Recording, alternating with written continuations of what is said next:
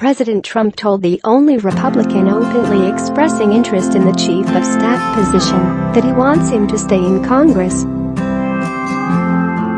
A White House statement on Wednesday said that Trump ruled out North Carolina Rep. Mark Meadows for the top White House position. Congressman Mark Meadows is a great friend to President Trump and is doing an incredible job in Congress. The president told him we need him in Congress so he can continue the great work he is doing there, White House Press Secretary Sarah Sanders said. The announcement makes it anyone's guess as to who Trump will select to be his next chief of staff after suddenly announcing the job was coming available. Trump's current chief of staff was on the brink of leaving, with the president confirming on Saturday that John Kelly would be out by year's end. His plans were turned upside down when Trump's first pick for the position, Mick, unexpectedly turned the president's proposition down. The White House subsequently said that Kelly would be staying on until early January at least to manage the West Wing, while the president conducts his search for a replacement. Politico reported on Monday that Meadows, a leading pro-Trump Republican congressman, was interested in the gig that nobody else seems to want. Serving as chief of staff would be an incredible honor. The president has a long list of qualified candidates and I know he'll make the best selection for his administration and for the country, he told the publication. The White House told the publication Wednesday that the president asked the congressman who had a double-digit victory in November to remain his position in the House. Meadows is the House Freedom Caucus chairman. The president claimed Tuesday that more than 10 people were competing for the chief of staff job, but none appears to be in the lead, and it is unclear how much any of them actually wants to do it. Everyone Trump was thought to be considering is a man. The list includes Treasury Secretary Steven Mnuchin, Director of Office of Management and Budget Mick Mulvaney, and the United States Trade Representative Robert Lighthizer, according to the New York Times. President Donald Trump told reporters he was in no rush to fill the spot after his succession plan blew up on Sunday evening. "We are in no rush. Over a period of a week or two, or maybe less, we'll announce who it's going to be, but we have a lot of people who want the position," Trump said in an Oval Office meeting with Democratic leaders on Tuesday morning that Kelly attended. He said, "A lot of friends of mine wanted. A lot of people that Chuck and Nancy know very well wanted. I think people you'd like," Trump said, talking up the Post. "We have a lot of people that want the job of chief of staff. So we'll be seeing what happens. We're in no rush. The reason," Trump said, "because we have a wonderful chief of staff right here." Trump confirmed what counselor to the president Kellyanne Conway slipped into an appearance on Fox and Friends on Tuesday morning, just days after the White House said Kelly's tenure was nearly over.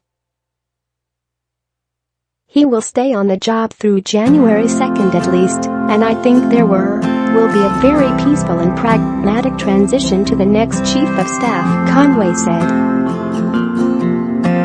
"But the president has many people who want to serve here." Later in the day, the president held a bill signing in the Oval Office that Mulvaney and Meadows were a part of. The two men allegedly competing for the same job who worked closely together in Congress stood side by side as the president talked. By Wednesday afternoon, the White House had announced that Meadows, at least, was out of the running. The public unraveling of Trump's search is already provoking ridicule among Democrats. Help wanted, White House chief of staff. No experience necessary. Must respond well to infighting, backbiting, dishonesty and dishonor, quipped Rep. Adam Schiff of California, who is set to take over the House Intelligence Committee. Excited by the prospect of an impossible work environment? Enjoy humiliation? Apply now. Background check negotiable, he said, in yet another dig at the series of problems getting White House appointees to clear their background checks. Mick Ayers, the 36-year-old wunderkind who is Vice President Mike Pence's chief of staff, revealed Sunday that he won't be taking the job. That followed internal talks, where Trump wanted a 2-year commitment and Ayers would only sign on for a few months, helming Trump's tumultuous White House. Fake news has it purposely wrong. Many, over 10, are vying for and wanting the White House chief of staff position, the president wrote on Twitter Tuesday. Why wouldn't someone want one of the truly great and meaningful jobs in Washington? Please report news correctly. Thank you, he added in a defense of his ability to attract top talent. His trouble hiring a replacement comes after reports of yet another messy staff departure. CNN reported last week that the two men weren't on speaking terms as it became clear Kelly would not last. Ayers' departure stunned some White House aides who thought he was a virtual shoo-in for the job. A source told DailyMail.com in advance of Ayers' announcement that Trump had made no secret of his intent to give him the appointment. But Ayers said no thanks as he told the world in tweet that he'd be departing the administration altogether. He has young children and he and his wife are said to be eager to return to his home state of Georgia. Without a plan B, Trump must now try to bring in top talent at a time when his administration is facing a still active Russia probe following court filings that for the first time implicate him in felony campaign finance crimes. Share this article. Share the chief of staff position is sometimes considered the second most powerful role in the nation, depending on how a White House is structured. A Tuesday New York Times story quoted Chris Whipple, who penned a book on chiefs of staff, questioning why someone would even want the job.